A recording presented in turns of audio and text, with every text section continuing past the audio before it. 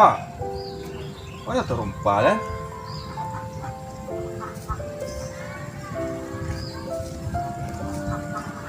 Siapa lo nama lagi terompa dan gini ya? Kamu aja neko lah. Mano lebih terompa dan gini ya?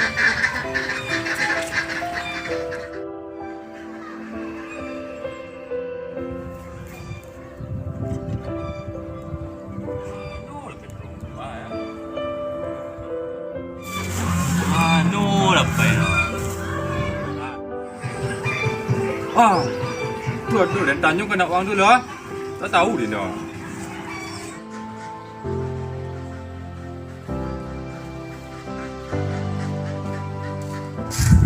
Woi,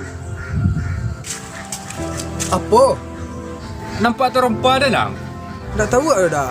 Hilang padang warna putih talino biru. Nampak nak, caliang nak. Dia nak tahu dah. Nak cari orang bawa apa? Pak biru orang bawa ah. Atu siapa nama lagi terompa dan lah? Entahlah dah nak tahu dah. Wak baru sekolah. Wak tadi lihat sawah. Ayo lah.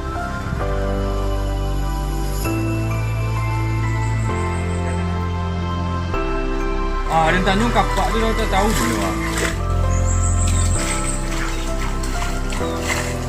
Pak, ada nampak terompa Pak? Ya. Tak ada dah? Ya. Yalah.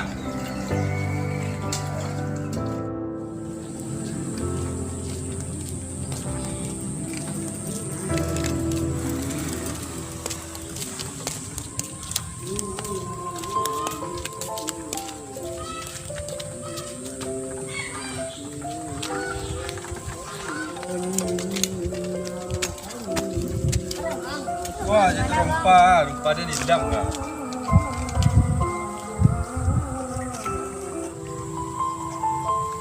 Pernah di mas? Terompa dia nidam awak cerita terompa. Walah, dia ciri-ciri sendiri. Warna putih tadi itu biru. Nampak? Duh, nggak ngerti aku. Nggak ngerti mas? Nampak lah. Nggak. Lihat beda gua. Burung, nenek. Yalah ada baju terompa dia lah. Ya hati-hati mas.